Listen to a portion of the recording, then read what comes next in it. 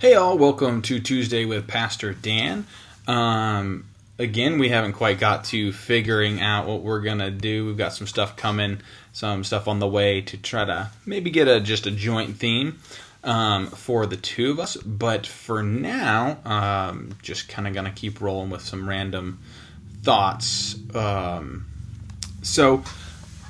If you ever caught yourself what I call it doom scrolling, sitting on social media, Instagram, Facebook, just thumbing away for nothingness, for no reason, literally just kind of wasting time, and it comes of nothing. There's a question that has come up to me that I've thought about, and it is what is keeping me busy today really worth the amount of time that I'm permanently trading for? Because time, you don't get it back. So when we sit there and doom scroll on social media, or just veg out in front of a TV, or do whatever it is that thing really worth the time that we're permanently trading? The time that we can't get back? Is that thing that we're doing really, really worth so much of our focused attention, or not even focused, our unfocused attention 90% of the time? If you ask Bethany, I have a ton of hobbies. Sometimes she says way too many. And that very well could be completely true.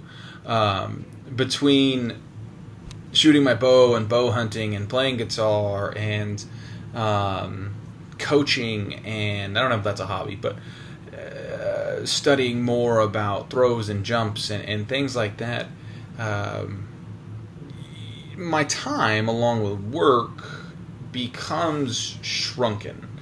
And so I have to think, sitting there just simply mindlessly watching TV when I could be perfecting a craft, I could be becoming a better archer, I could be becoming a better guitarist, I could be making or creating, and just simply losing time and losing focus. These things take so much of our focus, and we permanently trade that focus that we can't get back.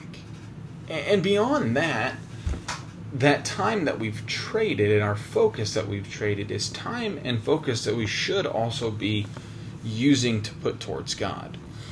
Jesus says in Matthew, in chapter 6, he's talking about serving two masters. He says, no person can serve two masters. They'll love one and hate the other. And I think that's true when we waste our time. We can waste time with God. I really believe that. Just kill time with God where we're in Scripture and prayer and things like that. And time just kind of... But is that time that's, that focus and time that we've kept busy with, is it worth the permanent giving up of it? Yeah, absolutely. So we have to ask ourselves, I really believe this, is what is keeping me busy today really worth the amount of time that we permanently trade? Is what we focus on so much of today and these moments, sorry, my alarm went off to work out, is it really worth the permanent trade-off? Is it really worth the permanent trade-off of not focusing God?